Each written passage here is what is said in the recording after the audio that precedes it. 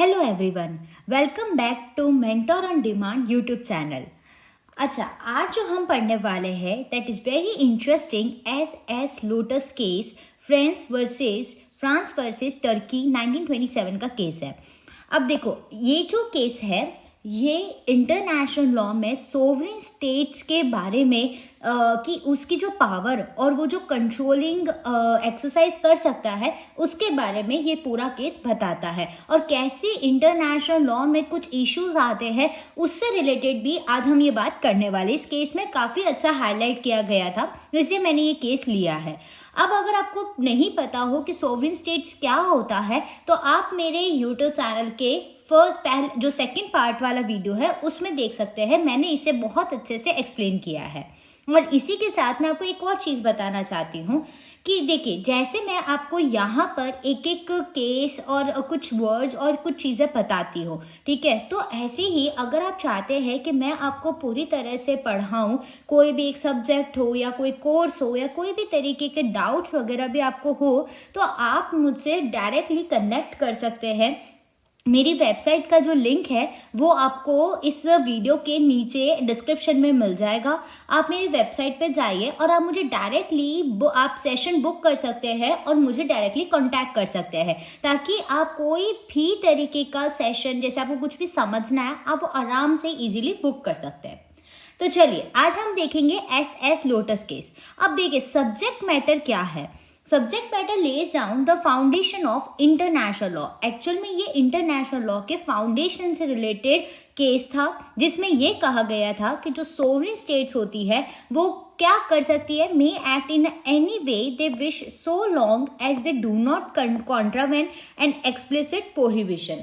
मतलब कि जो सोवरेन स्टेट्स होती है वो किस तरीके से एक्ट कर सकती है जैसा वो चाहे, पर वो एक्सप्लिसिट प्रोहिबिशन को बिना तोड़े। मतलब कोई भी सोवरेन स्टेट भी ऐसे ही रूल्स, लॉज या कोई भी रेगुलेशन एक्ट कर सकती है, पर वो किसी भी तरीके के किसी भी इंटरनेशनल लॉ को प्रोहिबिट करते हुए नहीं कर सकती। ओके, नाउ इसमें केस का फैक्ट क्या है, चलिए पहले हम केस को फैक्ट को समझते हैं। ये जो केस था वो बेसिकली क्रिमिनल ट्रायल का नेचर का इसका केस था, resulting from a crash between the S lotus a French steamship. So basically ये जो S lotus a French steamship है वो क्रैश हो गई थी एस बॉस्कॉट अ टर्किश वेसल के साथ में। तो दोनों शिप्स आपस में क्रैश हो गई, और कहाँ पर हुई थी, ये हुई थी बेसिकली ये जो ग्रीस है, ग्रीस के नॉर्थ एरिया में। ओके, नॉर्थ ऑफ माइटिलिन ग्रीस के जो एरिया है, जब एक जगह से दूसरी पोर्ट पे जब शिप जाती है तो वहां पर हो सकता है कि दो शिप, जो स्टीम शिप है और वेसल है, वो आपस में क्रैश हो गई। अब 8 Turkish people on the boat the boss got drowned because of the catastrophe when the Lotus ripped the vessel apart. Actual में क्रैश के वजह से 8 टर्किश पीपल जो थे वो डूब गए, वो मर गए, ठीक है। अब उसके वजह से क्या हुआ, ये क्रिमिनल ट्रायल के रिजल्ट में, ओके, नेचर जो है इसका क्रिमिनल ट्रायल है। अब the question was whether Turkey had the authority to trial monsieur Demons the French officer on duty at the time of the crash. अब जब क्रैश हुआ तो जो फ्रेंच ऑफिसर, जो फ्रांस स्टीमशिप थी जिसको हेड कर रहा था, वो ऑफिसर जो था, क्या उसको टर्की के पास में अथॉरिटी है, क्या वो ये ट्रायल ले सकती है? तो ये क्वेश्चन अराइज होता है जुरिस्डिक्शन का। एक्सक्लूसिव जुरिस्डिक्शन किसके पास है, क्या टर्की के पास केस जाता है या फिर फ्रांस के पास में केस जाएगा? यही इंटरनेशनल लॉ में इश्यूज आते हैं। अगर आपने मेरा लास्ट वाला वीडियो देखा होगा तो मैंने आपको यही बताया कि कई बार ऐसे केसेस और सिचुएशन आती है जो कि कहीं हमने ट्रीटी में नहीं डिफाइन किया होता है, हमारे कस्टम नहीं पता होते हैं, पर फिर हमें कहीं ना कहीं जुडिशियल डिसीजन से हमें पता लगाना पड़ता है कि ये सिचुएशन कहाँ फॉल करती है। So France asserted that because the incident happened on the high seas, the nation whose flag the vessel flew should have the exclusive jurisdiction over the case. तो उन्होंने ऐसा बोला कि क्योंकि ये जो इंसिडेंट है बहुत हाई सी पे हुआ है, मतलब काफी बाहर का एरिया जो है वो वहां पर है, तो इसीलिए जहां पर भी जिस वेसल का फ्लैग वहां पर होगा उसी को ही एक्सक्लूसिव जुरिस्डिक्शन मिलना चाहिए। तो ऐसा फ्रांस का आर्ग्यूमेंट था। ओके, नाउ अब कोर्ट ने क्या बोला? So France presented the case law to demonstrate. अब उन्होंने क्या यूज किया है? केस लॉ, यानी कि जुडिशियल डिसीजन के बेस से उन्होंने ये बताया टू डिमॉन्स्ट्रेट कि at least state practice supporting it's argument, जिसमें उन्होंने ये डिमॉन्स्ट्रेट किया कि जो हमारी स्टेट प्रैक्टिस चल रही है वो हमारे आर्ग्यूमेंट को सपोर्ट करती है। हम तो ऐसे ही करते हैं कि अगर पहले भी ऐसा हुआ था तो हमने ये देखा कि जिस वेसल का मतलब फ्लैग है वो रह रहा है उसी का जुरिस्डिक्शन हम मानेंगे।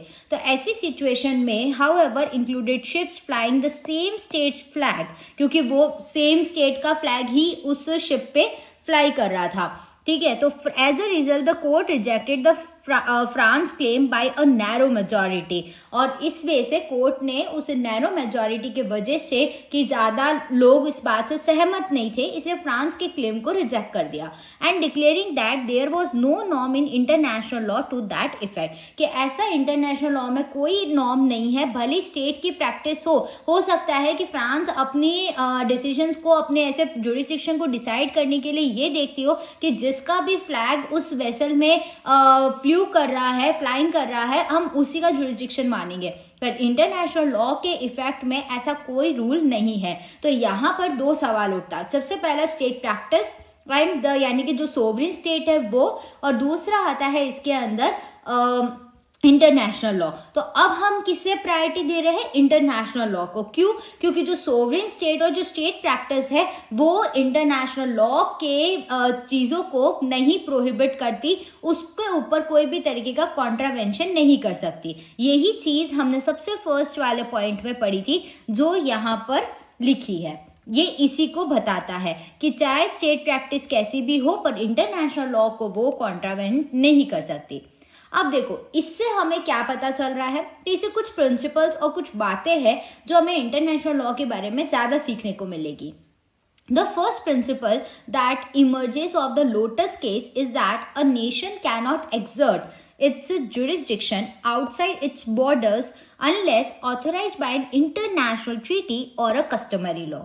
अब सबसे पहला प्रिंसिपल हमें इस केस से पता चला था कि लोटस केस से, कि नेशन जो है वो खुद से अपना जुरिस्डिक्शन अपने बॉर्डर के बाहर, अगर किसी कंट्री और किसी स्टेट का बॉर्डर है उसके बाहर अगर उसे कहीं कुछ भी चीज डिसाइड करनी है कि यहाँ अगर कुछ हुआ है, कुछ क्रिमिनल एक्टिविटी, क्रैश या कुछ हुआ है, तो ये यहाँ किसका जुरिस्डिक्शन है, यहाँ अगर कोई, तो यहाँ से हमें ये पता चलता है कि इस ऐसी सिचुएशन में जो कंट्री और जो स्टेट है ना उसके जो बॉर्डर है उससे बाहर की कोई चीज जो है वो जुरिस्डिक्शन में तब तक हम उसे नहीं मानेंगे जब तक उनकी इंटरनेशनल ट्रीटी या कस्टमरी लॉ में लिखी हुई चीज हो। अगर वो ऑथराइज्ड है तो बिल्कुल है। अब ये कैसे पता चलेगा? तो देखो एक छोटी सी चीज बताती हूँ इसमें, जैसे कि क्या है कि मान लो फ्रांस एंड यहाँ दूसरी जो आई है Turkey, okay now, and there is another place जहां पर ये सब कुछ हुआ। Okay now there are 3 countries or 3 states, sovereign states.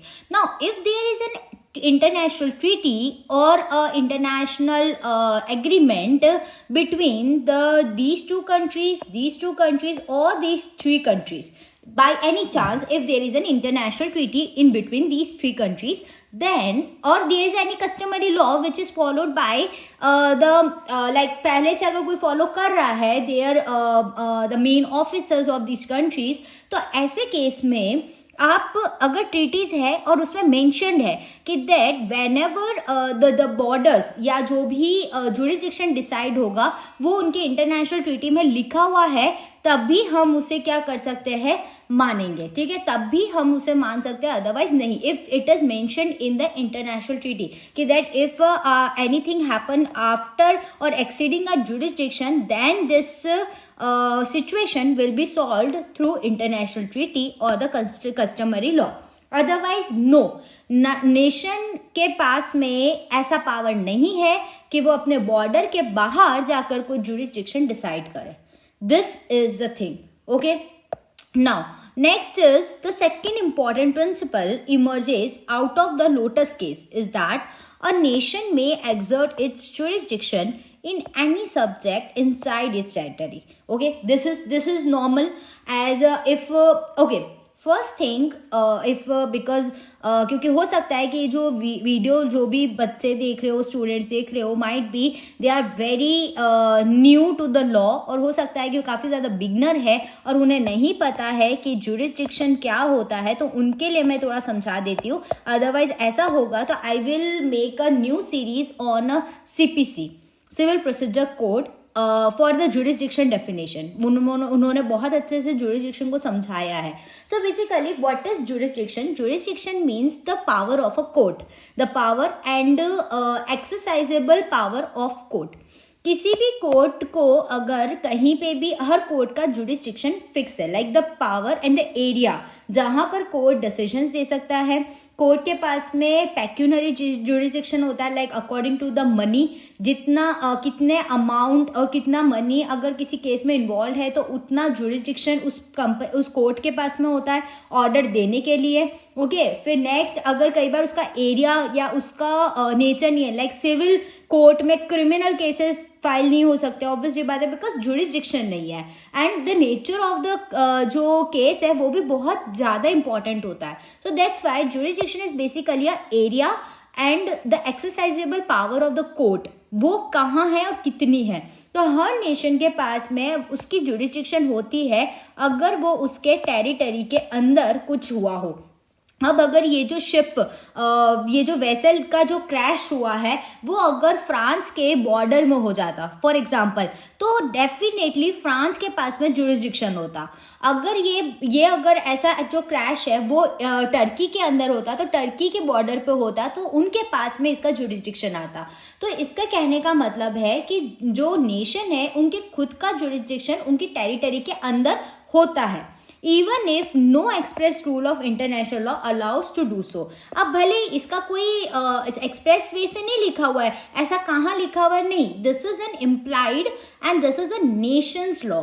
ये कौन सा लॉ है? ये एक डोमेस्टिक लॉ है. अब हर कंट्री, हर नेशन के लॉज ऑब्वियसली डिफाइंड होते हैं, तो हम उसको पहले प्रायोरिटी पे दे सकते हैं. ये सेकेंड प्रिंसिपल आता है. थर्ड प्रिंसिपल आता है कि governments have broad latitude in these cases. Generally government के पास में काफ़ी ज़्यादा पावर होती है इन केसेस को लेकर, तो which is only restricted by prohibitive standards of international law, जो कि सिर्फ इंटरनेशनल लॉ के स्टैंडर्ड से ही प्रोहिबिट हो सकती है. जैसे कि ये जैसे फर्स्ट प्रिंसिपल है, फर्स्ट प्रिंसिपल में अगर इंटरनेशनल ट्रीटी या कस्टमरी लॉ जैसी कोई चीज़ नहीं है तो फिर आप अपनी टेरिटरी के बाहर के डिसीजंस नहीं ले सकते. ऑब्वियसली बात है, बहुत सिंपल चीज़ है. अगर कोई क्रिमिनल ट्रायल इंडिया में चलती है और अगर कोई कॉज ऑफ एक्शन या कोई भी तरीके का क्राइम इंडिया में हुआ है, तो the place of the crime is in India, then the jurisdiction and the territory is in India. Okay, तो जो भी कोर्ट है उनके पास में जुरिस्डिक्शन है.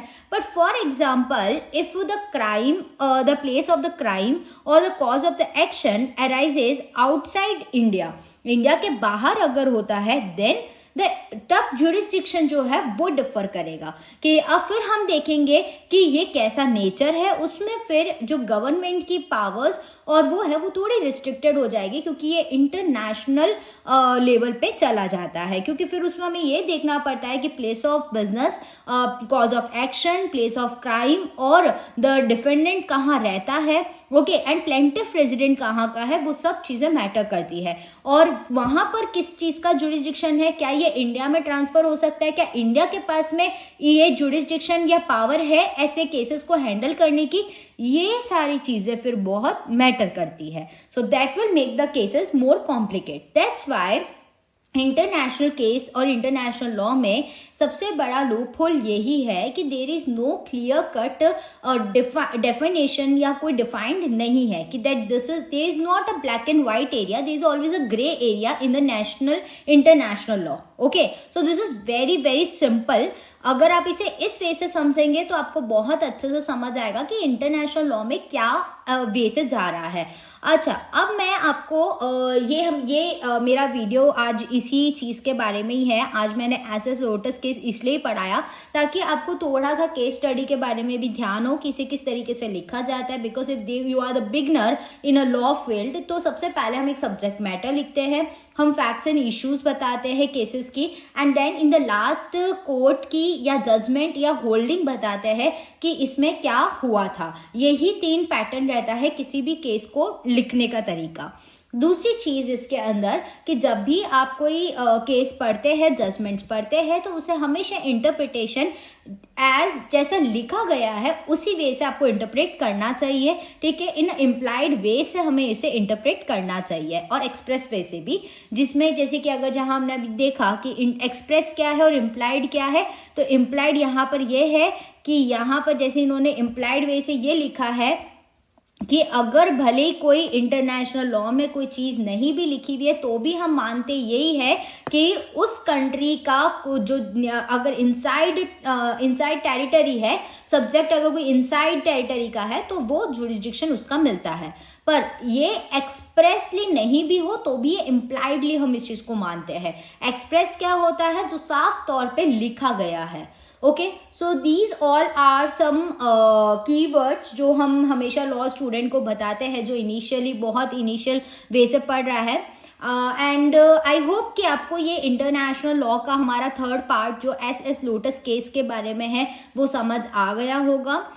If you want me to explain in a very detailed way, और मैं बहुत इसे एडवांस लेवल पे अगर आप चाहते हैं कि मैं इंटरनेशनल लॉ को लेके जाऊं या पढ़ाऊं, तो आपको उसके लिए मेरी वेबसाइट से सेशन बुक करना पड़ेगा। फॉर बुकिंग अ सेशन आप बस उस पर क्लिक कीजिए एंड देन डायरेक्टली मेरा कॉन्टैक्ट नंबर और आप मुझे डायरेक्ट मैसेज कर सकते हैं कि आपको क्या सब्जेक्ट पढ़ना है, और 1-1 घंटे का सेशन मेरा रहता है। So and the first session is free. आपको मैं बता देती हूँ, जो भी फर्स्ट रजिस्ट्रेशन करवाता है तो फर्स्ट सेशन फ्री रहता है, because that was a demo class. If you are like अगर आपको समझ आ रहा है देन ओनली आप उसे ज्वाइन कीजिए, अदरवाइज कोई इशू नहीं है। और साथ साथ में मैं आपको ये भी बता देती हूँ कि इस पूरे mentor on demand personalise coaching का मेन एम यही है कि कोई भी बच्चा, चाहे वो कॉमर्स, लॉ या सीए या सीएस फील्ड का हो, और उसे कोई भी तरीके का डाउट अराइज होता है कि उसे कोई टॉपिक समझ नहीं आता है, नहीं आ रहा है, उसे पेपर सॉल्व करना है, या उसे पर्सनल गाइडेंस या करियर काउंसलिंग करवानी है for your future, like 11th-12th student जो है वो भी सेशन बुक कर सकते हैं फॉर अ करियर काउंसलिंग। जो कॉलेज में एडमिशन होने वाले हैं अब मार्च अप्रैल में, जब तुम्हारे एग्जाम्स हो जाएंगे तो मई से आपकी कॉलेज स्टार्ट होगी, तो for that purpose if you want a career counselling you can book a session from my website. Okay, so I hope आप लोगों को ये चीजें क्लियर हो गई होगी। We will meet in the next video. Till then, thank you and please follow and subscribe my YouTube channel. Thank you.